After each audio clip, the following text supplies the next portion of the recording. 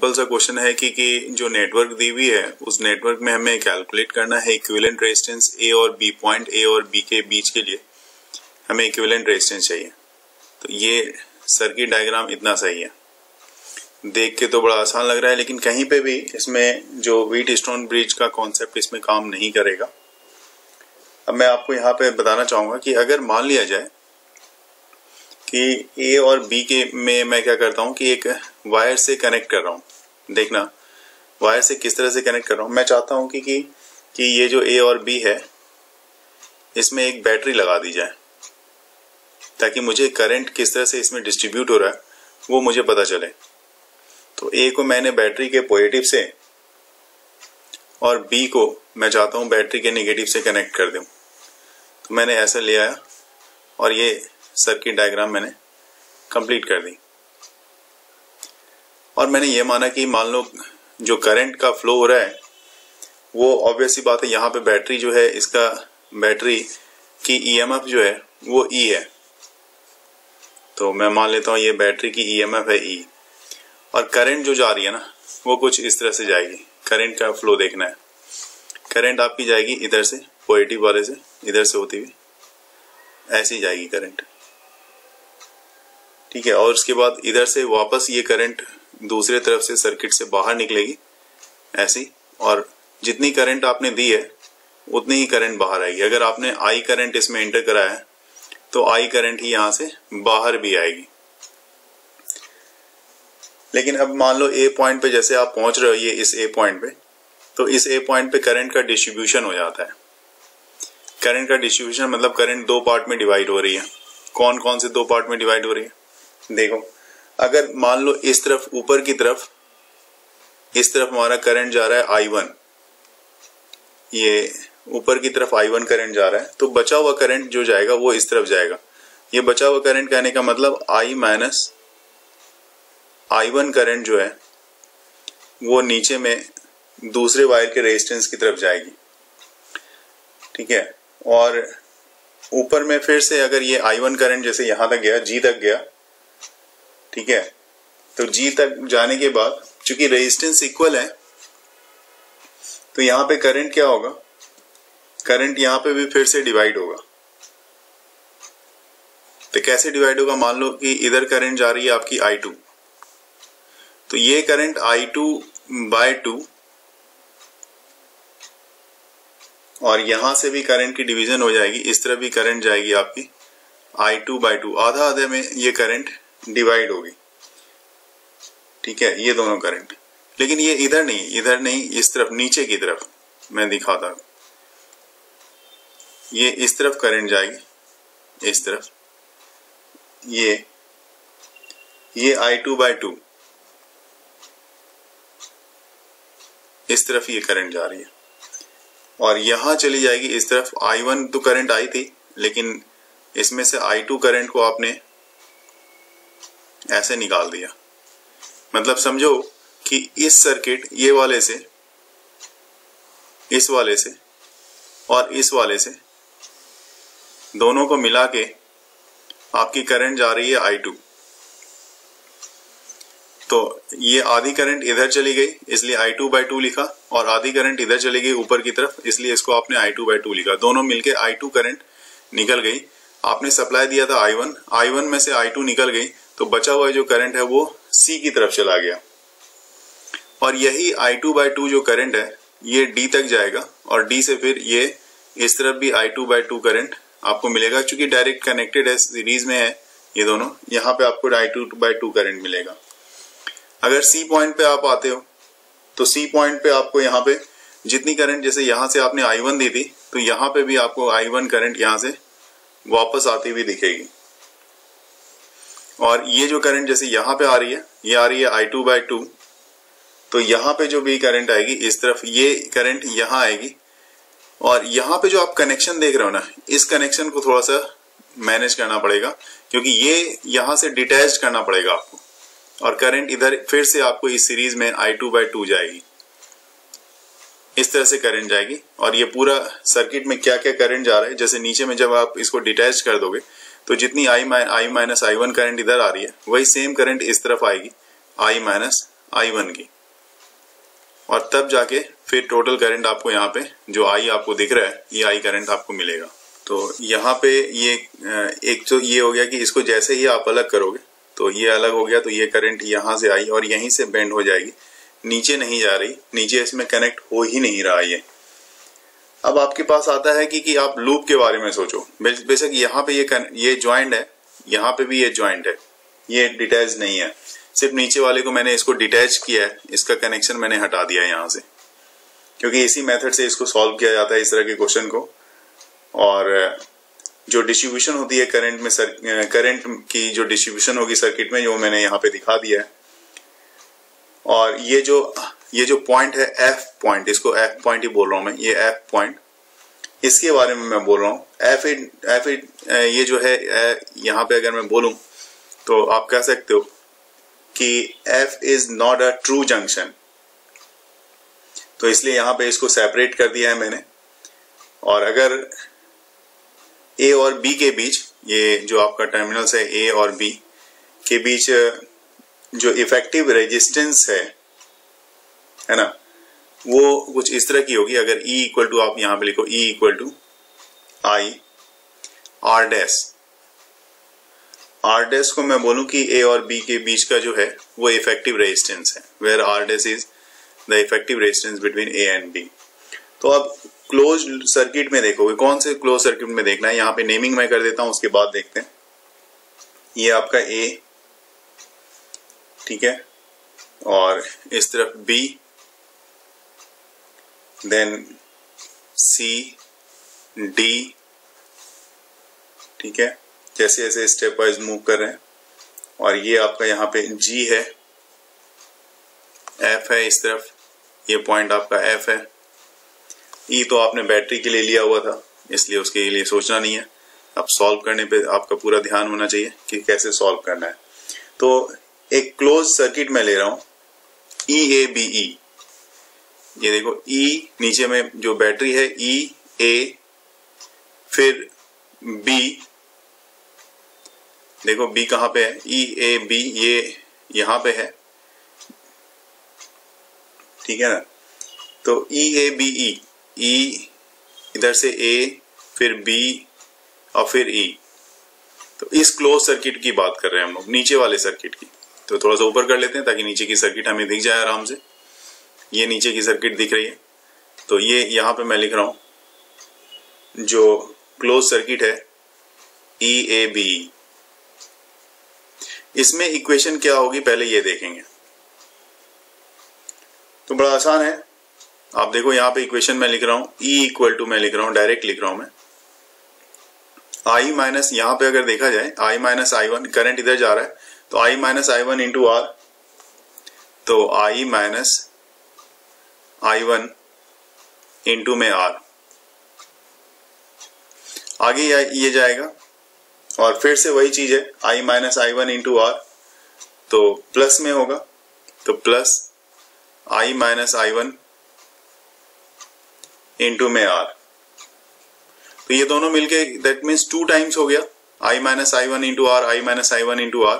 और ये आके निगेटिव में आके माइनस E से कनेक्ट होता है, तो इसलिए मैंने E को पहले ही इधर रख लिया। तो अब आपके पास आ जाएगा E equal to 2 times of I minus I1 into R। नीचे वाले लूप का काम आपने कर दिया है, ठीक है। ऊपर एक इक्वेशन, इसको भी मैं मान लेता हूं, ऊपर जो मैंने लिया हुआ है E इक्वल टू, ये देखो E equal to I R dash, equation 1 इसको मैं मान लेता हूं, और नीचे वाले को भी मैं एक इक्वेशन मान लेता हूं। ये नीचे वाला भी एक इक्वेशन मेरा हो गया, ये 2 इक्वेशन हो गया आपके पास, ठीक है। अब दूसरे क्लोज लूप की बात करेंगे।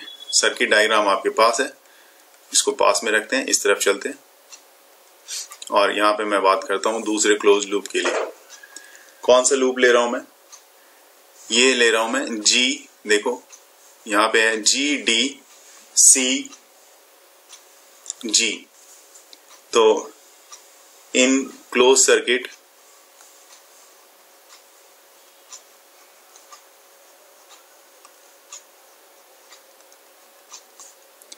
G D C G, ये क्लोज सर्किट की बात कर लेते हैं। इसमें देखो आप यहाँ से ऊपर की तरफ जा रहे हो तो ये हो रहा है, इसमें करंट कितना है, I2/2 है। तो करंट आपकी जो है I2/2 इंटू में R, रेजिस्टेंस तो सबका R है तो R लिख सकते हो, प्लस दूसरे तरफ भी वही है I2/2 इंटू R। तो क्यों मैं दो बार लिखूं इसको, इसी को मैं 2 से मल्टीप्लाई कर देता हूं, क्योंकि ये और ये रेजिस्टेंस R जो है और ये रेजिस्टेंस R जो है ये दोनों सीरीज में है, तो इसलिए ऐसे भी इसको डबल होना ही था। और अब आप यहां से अगर देखोगे तो यहां पे आपके पास ये रेजिस्टेंस है R और करंट I1 माइनस I2 है। तो डायरेक्शन लेकिन करंट की अपोजिट है, आप इधर से इधर आ रहे हो, करंट इधर से इधर आ रहा है, तो माइनस लेना पड़ेगा बस। तो यहां पे आप प्लस हटा दो, माइनस लिख दो फिर, ठीक है। तो ये 2 टाइम्स ऑफ I2 माइनस कर दिया मैंने, I1 minus I2 into R equal to 0। अब इसको सॉल्व कर लेते हैं। पहले सॉल्व क्या करना, बड़ा आसान है, 2 और 2 कैंसिल हो रहा है, I2R है माइनस माइनस I2R, ये हो जाएगा। तो यहाँ पे I2R और ये माइनस I2R मतलब 2I2R हो गया, 2I2 इंटू R और minus I1 into R equal to 0। तो यहां से I2 अगर निकालोगे आप, अभी मैं 2I2 कर देता हूं, 2I2R इक्वल टू I1R, और यहां से R और R कैंसिल हो जाना है आपका, तो I2 इक्वल टू आ जाएगा आपके पास यहीं से, therefore I2 equal to I1/2, ठीक है। ये इसको मैं मान लेता हूं, ये आपका थर्ड इक्वेशन हो गया। अब एक और लूप यहां पे देखेंगे, इन क्लोज सर्किट या इन लूप। अब मैं लूप ले रहा हूं यहां पे A, देखो यहां से A, G, C, B और फिर A। तो A, G, ये वाला loop A, G, C, B और फिर A नीचे वाला, ठीक है।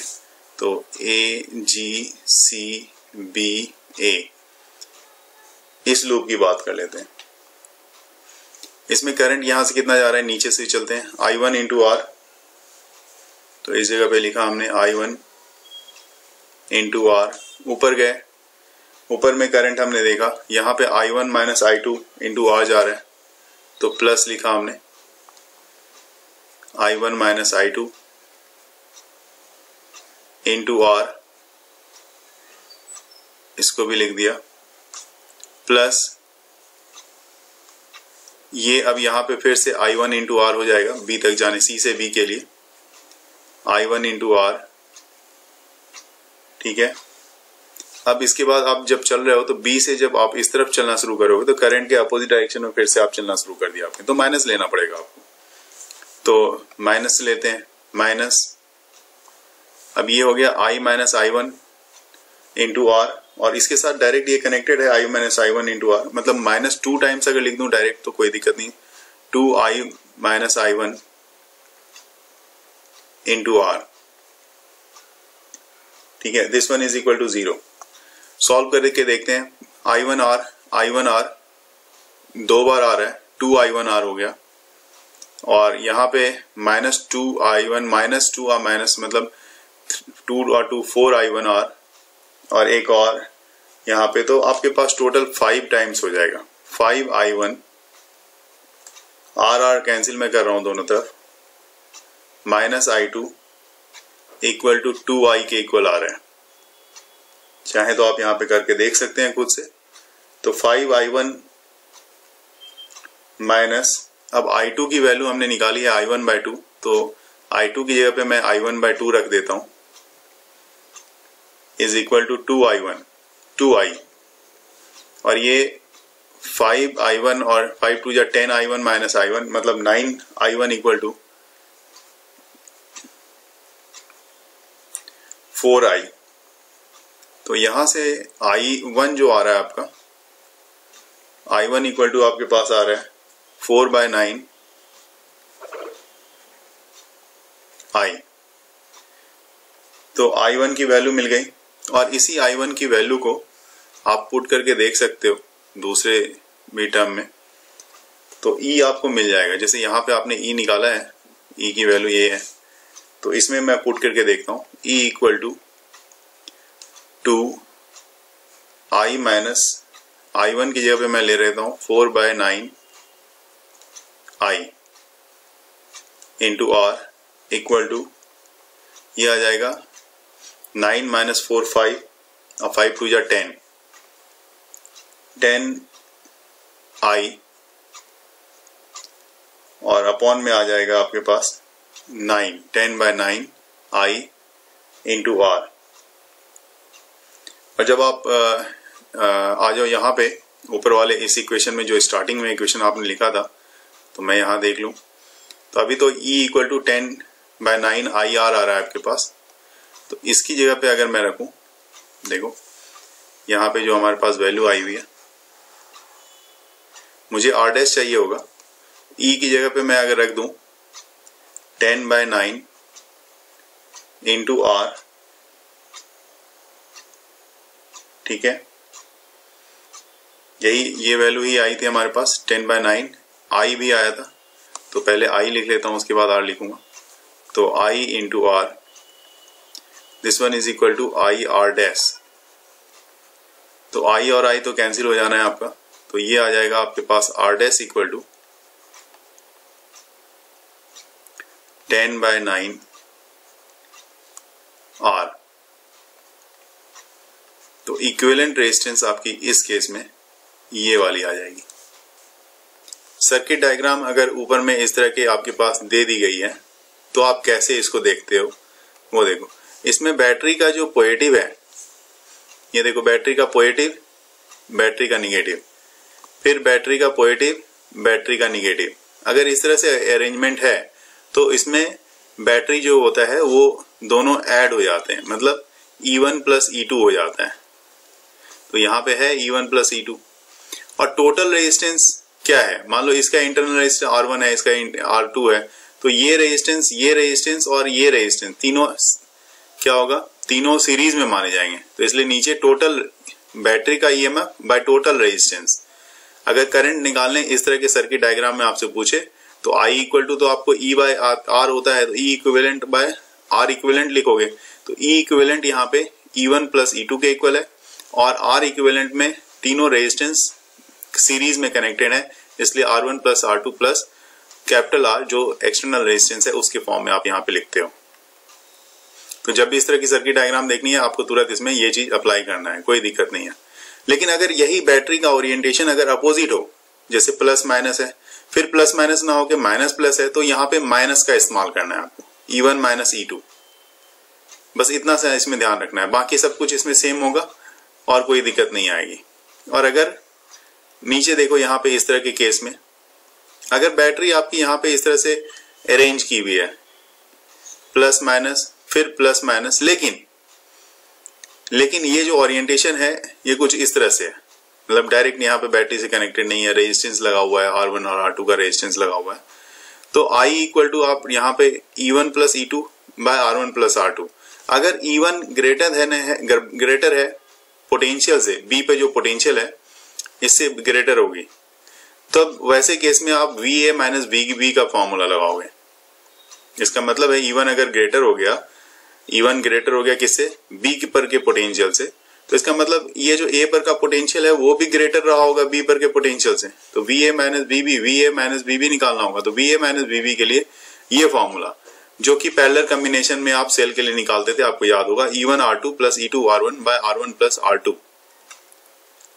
हो सकता है मैचिंग के लिए अभी आजकल आते हैं पेपर में, तो मैचिंग के लिए भी आपसे पूछा जा सकता है, तो वैसे केस में आप इसका यूज कर सकते हो। ठीक है, उसी तरह से अगला क्वेश्चन देखेंगे। अगला जो हमारे पास पार्ट दिया हुआ है, ये देखो यहाँ पे इन्होंने बैटरी को नहीं ई नहीं लिखा है, V लिखा है, देखो ध्यान से, V लिखा है, और रेजिस्टेंस यहाँ पे सीरीज में है। तो सीरीज में रेजिस्टेंस है तो ऑब्वियस सी बात है, अगर यहाँ पे इसका पोटेंशियल इससे ज्यादा है तो VA माइनस VB होगा, क्योंकि A का पोटेंशियल ज्यादा होगा तो VA माइनस VB, ठीक है, इक्वल टू, अब यहाँ पे जो आपके पास E होता था तो E नहीं लेके E इक्वल टू क्या होता है IR। यहाँ पे आपके पास देखो, जैसे ये टोटल क्या है, ये टोटल को समझे V है, V इक्वल टू क्या होता है I इंटू R, ऐसा होता है, ठीक है। तो यहाँ पे आपका रेजिस्टेंस जो होगा VA माइनस VB, और ये जो है आपका V, अब यहाँ पे V R1 into V, R1 ये हो गया, इंटू पोटेंशियल जो है यहाँ पे V लिया है आपने R1 इंटू V, और बाय टोटल रेजिस्टेंस, चूंकि ये सीरीज में है इसलिए टोटल रेजिस्टेंस को यहाँ पे लिखा गया है। तो अगर B और C के बीच का चाहिए आपको, देखो B और C इस दोनों के बीच के लिए अगर पोटेंशियल डिफरेंस चाहिए तो VB माइनस VC लिखो, और यहाँ पे अब R1 नहीं लिखे R2V लिखो, क्योंकि आपके लिए जिसका चाहिए आपको R2 के लिए चाहिए, पहले केस में आपको R1 के लिए टच करना था इसलिए आपने यहाँ पे R1 लिखा, तो दूसरे केस में R2 चाहिए था तो R2 लिखना है, R2 इंटू V, और नीचे में वही टोटल जो सीरीज कॉम्बिनेशन में आपने रेजिस्टेंस को कनेक्ट किया है तो सीरीज कॉम्बिनेशन में इसका कनेक्शन को दिखाना है। तो जब भी सर्किट डायग्राम इस तरह की देखेंगे तो डायरेक्ट यहाँ पे इस तरह के फॉर्मूले को आप अप्लाई कर दोगे, आपका क्वेश्चन सॉल्व हो जाएगा। नेक्स्ट 5 वाले में देखो आप, यहाँ पे करंट का डिस्ट्रीब्यूशन हो रखा है, I करंट आया है, I करंट I1 में और I2 में डिवाइड हुआ है। तो यहाँ पे I1 के लिए फॉर्मूला क्या आ रहा है, तो डायरेक्ट आप ये फॉर्मूला अप्लाई करोगे, I into R2 by R1 plus R2। I2 में करंट की, I2 के करंट की वैल्यू पूछेगा तो आप डायरेक्ट लिखोगे R1 bye R1 into I, R1 plus R2। तो ये आपका टाइम थोड़ा सेव करेगा। आपका क्वेश्चन है कि जो सर्किट डायग्राम दिया हुआ है उसमें हर एक की रेजिस्टेंस 2 ओम की है और इफेक्टिव रेजिस्टेंस A और B के अक्रॉस मुझे चाहिए होगी। यहाँ पे जब भी आपके पास इस तरह का क्वेश्चन दिया हो तो हमेशा ध्यान से आपको क्या करना है, इसको इस तरह से समझ लेना है कि ये देखो मैंने क्या किया, इसको 2 पार्ट में डिवाइड कर दिया। 2 पार्ट में डिवाइड करने से क्या होता है, आपको ये अब दिख रहा होगा कि जिस तरह की इमेज इस तरफ है सेम वैसे ही इमेज इस तरफ है, कोई चेंजेस इसमें है नहीं। तो जब कोई चेंजेस नहीं है तो इस तरह का जो इमेज होती है, अगर दोनों सेम होते हैं तो इसको हम लोग बोलते हैं सिमेट्री, ठीक है। तो सिमेट्री में कुछ रूल फॉलो होता है। क्या रूल फॉलो होता है जो क्वेश्चन को थोड़ा आसान कर देता है।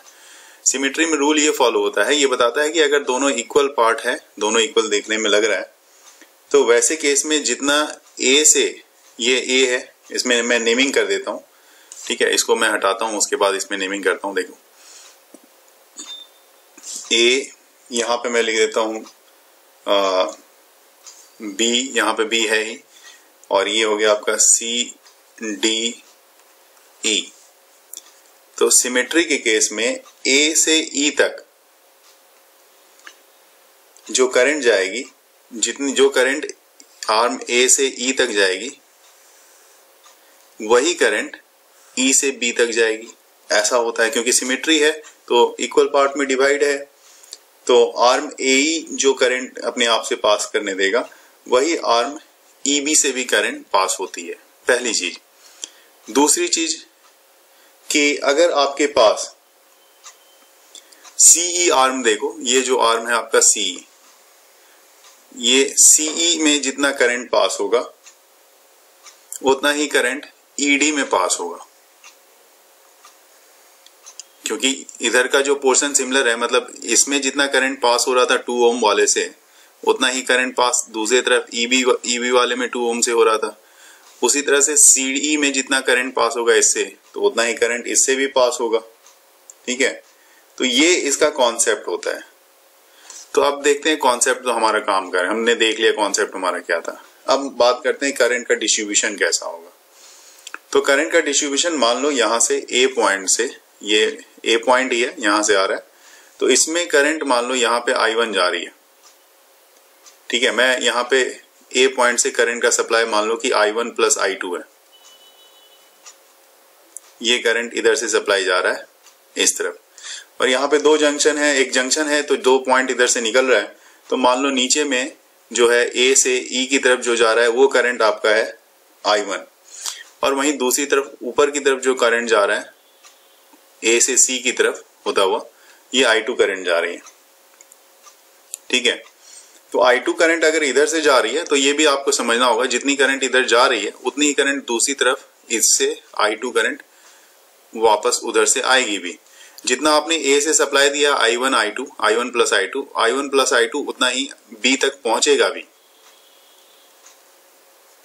ठीक है, जितनी करंट आपने ए से ई के लिए मैंने बोला उतनी ही करंट इस ई से बी के लिए, मतलब ई से बी के लिए भी आपका करंट कितना है, इसका सप्लाई भी यहाँ पे I1 का ही है।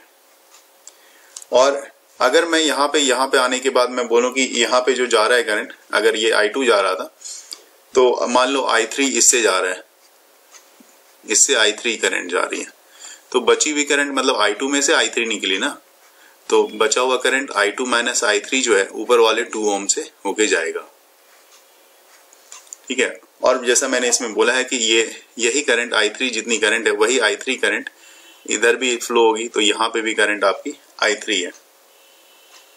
ठीक है, तो ये I3 है। अब देखो यहाँ पे अगर आप ये I3 है और यहाँ पे इधर से I2 माइनस I3 आ रहा है, तो मैं इधर से आने वाला करंट और इधर से आने वाले करंट को ऐड करके देखता हूं, तो ये देखो I2 माइनस I3 और इधर वाला करंट I3 है प्लस I3। देखो I3 और I3 कैंसिल हो गए, बच रहा है सिर्फ I2, जो करंट यहाँ पे I2 इससे जा रहा है। इसका मतलब हमारा कंसीडर किया हुआ सब कुछ सही था। तो ये रही करंट की डिस्ट्रीब्यूशन की बात। लेकिन अब मुझे यहाँ पे आगे काम करना है। काम क्या है यहाँ पे देखो, रेजिस्टेंस जो है आपकी ए, ई और बी, इसमें रेजिस्टेंस क्या है, क्योंकि ये तो ऊपर कनेक्टेड, ये ऐसा कनेक्टेड है, इसमें नीचे कनेक्टेड है नहीं, ये ऐसा गया हुआ है। अब सोचना है यहां से कनेक्टेड नहीं है, तो ए ई बी का रेजिस्टेंस, तो ए ई बी का रेजिस्टेंस यहाँ पे कितना है देखो, इसमें रेजिस्टेंस है 2 ओम का, इसमें रेजिस्टेंस है 2 ओम का। ठीक है, तो टोटल रेजिस्टेंस हो गया 2 + 2 4 ओम कह सकते हो, है ना। तो यहाँ पे रेजिस्टेंस हो जाएगा आपका इस दोनों का 4 ओम का। तो मैं अगर यहाँ पे इसको स्मॉल रेजिस्टेंस बोलूं, स्मॉल आर, तो अभी मैं यहाँ पे ऐसे ही लिख रहा हूं कि जो रेजिस्टेंस जो AEB की होगी, तो AEB की जो रेजिस्टेंस होगी वो होगी आपकी R + R मतलब 2R की। ठीक है, अब रेजिस्टेंस दूसरी की देखते हैं, दूसरे पाथ की। वो कौन सी पाथ है, तो AC, ऐसा देखेंगे AC D B, इस पाथ को देखते हैं। तो इस पाथ के रेजिस्टेंस को अगर आप देखना चाहो तो कैसे देखोगे, ACDB। तो अब यहाँ पे तो आपको ध्यान से देखना पड़ेगा कि कैसे कैसे ये काम कर रहा है और पूरा पाथ आपको समझना पड़ेगा। तो देखो यहाँ पे जब आप देख रहे हो यहाँ पे ये रेजिस्टेंस R है, ये रेजिस्टेंस R है यहाँ पे, तो इसका मतलब यहाँ पे ये 2R का रेजिस्टेंस है। ध्यान समझना बात को, यहाँ पे R, ये R दोनों R डायरेक्ट कनेक्टेड है, ये और ये दोनों डायरेक्ट कनेक्टेड है। इसका मतलब इसके साथ एक इक्विवेलेंट रेजिस्टेंस लगा हुआ है 2R का। ठीक है, और ये 2R और ये इसकी भी रेजिस्टेंस को मैं R मान रहा हूं, तो 2R और R ये क्या हो गए, ये दोनों पैरेलल में हो गए। पैरेलल में हो गए तो 2R और R का आप निकालोगे तो आप ऐसे लिखोगे 2R × R plus 2R plus R, इस तरह से लिखोगे। इसके साथ ये वाला जो रेजिस्टेंस है नीचे में, ये R वाला इसके साथ इस तरफ सीरीज में, और दूसरी तरफ इधर वाला भी रेजिस्टेंस R, ये भी सीरीज में। तो पहला इसके पहले वाला ये रेजिस्टेंस ले लिया R, और इसके दूसरी तरफ ये वाला रेजिस्टेंस इसको भी R मान रहा हूं, तो ये भी R सिर्फ सीरीज में है। तो ये आपका लूप हो गया ACDB, इस लूप की बात कर रहा हूं मैं। अब इसका इक्विवेलेंट रेजिस्टेंस अगर आप सॉल्व करते हो तो ये आ जाएगा आपके पास 8R/3 का। ठीक है, तो इसका निकल गया, नीचे वाले का निकल गया। लेकिन अभी देखो आप कि अब आपके पास क्या है, आपने ये जो निकाला है ये वाला पूरा यहां से यहां तक, इसकी वैल्यू आ गई 8R/3, और नीचे वाला जो यहां से यहां तक निकाला है इसकी वैल्यू है 2R। अब ये दोनों पैरेलल में है ना, तो पैरेलल में है तो इक्विवेलेंट रेजिस्टेंस जो आएगा 1/R इक्वल टू आप लिखोगे 1 बाय नीचे वाला 2R प्लस 1 बाय इसका इक्विवेलेंट रेजिस्टेंस करें तो इसका इक्विवेलेंट रेजिस्टेंस 3 बाय 8R, उल्टा करना पड़ेगा। तो ये मैं 3 अपॉन में 8R कर देता हूं। तो अब यहाँ पे आप एलसीएम लोगे तो ये हो जाएगा 4 प्लस 3 अपॉन में 8R, तो ये हो गया 7 अपॉन 8R। तो इक्विवेलेंट रेजिस्टेंस R इक्विवेलेंट जो है ये फाइनली ये आपके पास आ रहा है 8R बाय 7 और this one is equal to R की वैल्यू रेजिस्टेंस अभी तक तो मैंने सबको R माना था, लेकिन यहाँ पे 2 ओम का रेजिस्टेंस है तो 8 इंटू 2 अपॉन 7 करोगे तो दैट मीन्स 16 अपॉन 7 ये इक्विवेलेंट रेजिस्टेंस मिलेगा आपको। और अगर इसी तरह के कोई दूसरा क्वेश्चन है जिसमें आपके पास मान लो जो भी सर्किट डायग्राम है उसका इक्विवेलेंट हमेशा क्या आएगा, इसमें हमेशा 8R बाय 7 का ही आएगा। अब 8R की जगह पे आपके पास 5 आ जाए तो आप इसी को 8 इंटू 5 कर दोगे बाय 7 कर दोगे, 8 5 या 40 अपॉन 7। मतलब अगर ये रेजिस्टेंस 2 की जगह पे जो हर एक का रेजिस्टेंस 2 ओम दिया हुआ है, ये अगर 5 ओम दे दिया जाए हर एक का तो भी आपका यहाँ पे आप इस फॉर्मूले पे सीधा रखोगे और सॉल्व हो जाएगा आपका क्वेश्चन। क्वेश्चन है for the network shown in figure calculate the equivalent resistance between point A and B।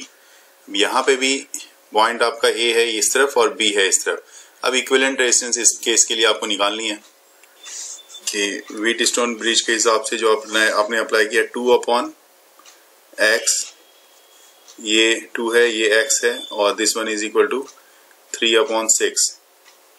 तो यहां से आपकी वैल्यू x की जो वैल्यू है वो 4 ओम की आ गई, इसमें तो कोई दिक्कत थी ही नहीं। अब आपके पास यहाँ पे देखो टोटल रेजिस्टेंस जो सर्किट में होगी उसके लिए आप क्या करोगे, तो R equal to equivalent resistance अगर आप निकालते हो तो ये देखो 2 और ये 4 है, अब इसको x को 4 बोलोगे, ठीक है। तो ये ऊपर में 2 प्लस 4 6 हो गया और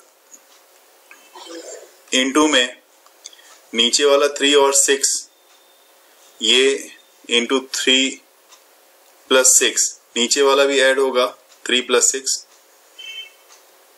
क्योंकि ये 2 और x जो है ये सीरीज में है, नीचे वाला भी ये सीरीज में है और उसके बाद ये दोनों पैरेलल में है।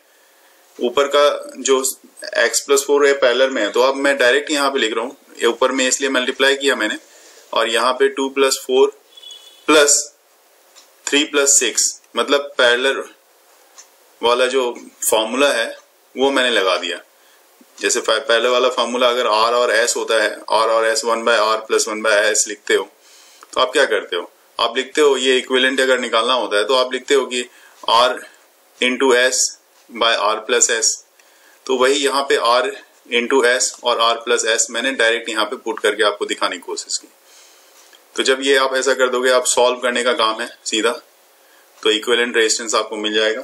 तो ये हो जाएगा और ये इसके साथ जो है बैटरी भी कनेक्टेड है, बैटरी 2.4 वोल्ट की कनेक्टेड है, तो प्लस इसके साथ मैं 2.4 मैं यहाँ पे कनेक्ट कर देता हूँ। अब आप सॉल्व करके देखो कि इसकी वैल्यू कितनी आ रही है। ये आ रहा होगा आपका 6 प्लस 9, 6 9 जा 54। अभी मैं 6 इंटू 9 ही लिख देता हूँ अपॉन में 6 प्लस 9 प्लस 2.4 तो 54 अपॉन 15 प्लस 2.4, ठीक है। तो ये लगभग आपके पास 6 ओम का आ रहा होगा, चेक कर लो एक बार। जब 6 ओम आ गया तो अब करंट की बात है तो I equal to V by R होता है, ये यहाँ पे E बाय R लिखोगे तो E जो है आपके पास, E जो बैटरी है यहाँ पे इसकी वैल्यू 6 ओम की है, तो 6 वोल्ट की बैटरी है, तो 6 बाय 6 करोगे तो करंट आपके पास 1 एम्पियर का आ जाएगा।